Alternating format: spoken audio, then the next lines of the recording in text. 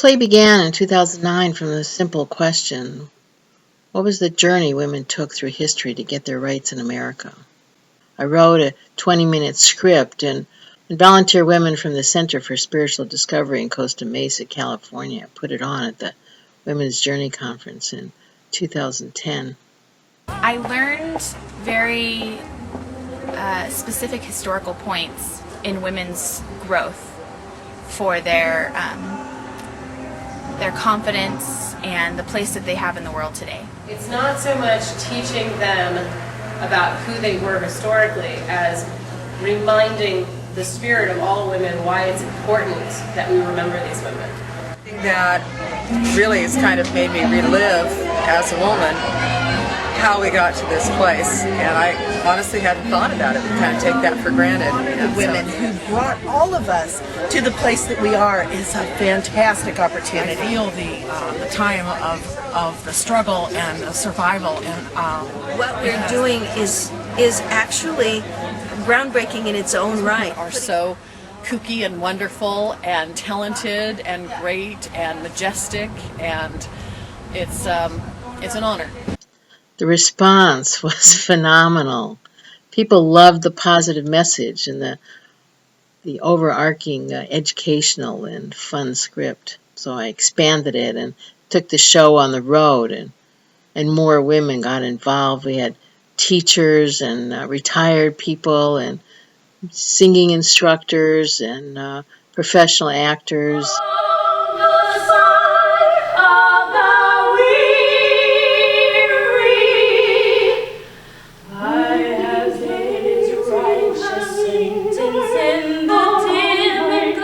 Between 2010 and 15, 35 performances were put on at churches, museums, high schools, colleges, hotels, conferences, community centers, and theaters. And our hosts were women's organizations, the Army, gender studies departments, history centers. One of our earliest supporters was the American Association for the University Women, which has over 100,000 members nationwide.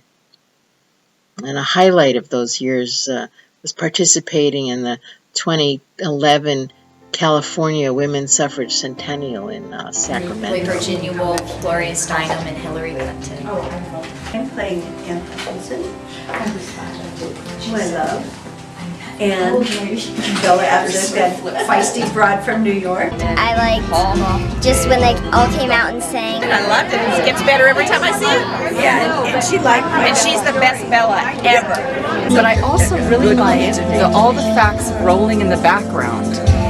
So much information there I did not realize, and that was very eye-opening for me. 2015, Michelle Mangione, a California composer and musician, wrote our finale song, We Are One.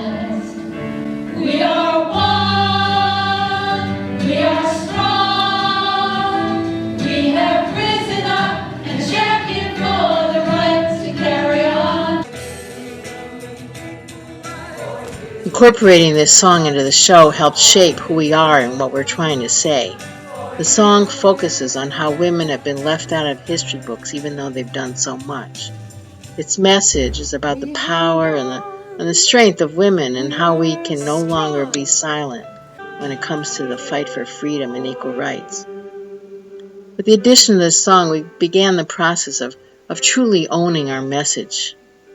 In 2019, we added We Need to Rise, a song I wrote the lyrics for, and the composer was Jamie Sterrett from Florida, and we had additional help from Andy Selly from Massachusetts. And this song is about the lack of unity and resources that early pioneers had when it came to rights. And I feel like these two songs frame the subtext of the message of how women had to break out of their cultural constraints to step into equality. It's an ongoing process.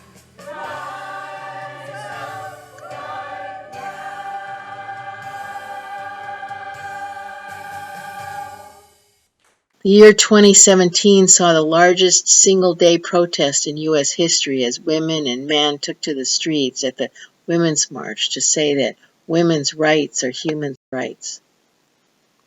And our performances in Massachusetts began because of that march. Women wanted to do something, and when I mentioned my script, they jumped on it. And over 60 women, men, and girls have flocked to join us. And since Women's Equality Day in 2017, we've done 23 performances.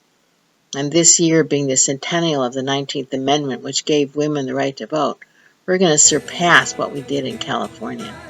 We're not just putting on a show with actors. That's why we don't have professional actors. These women of the past were compelled by their passion to fight for what was right. And when seeing the play or reading the script, the latent passion in the women as actors and workshop participants is awakened, and they too become alive. We've created a pipeline where people see this show and then attend a play reading workshop, and they can really study the script and discuss it. And then we turn them into role models who are actively engaging with others using the strength and perseverance of the characters of the play. Basically, I like to think of it as, if Susan B. Anthony were alive today, what would be the moral cause that she would be fighting for? We're trying to make more Susan B. Anthonys.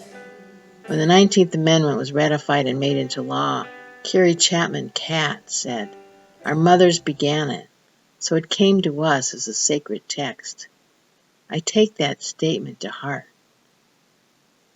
It is a sacred trust.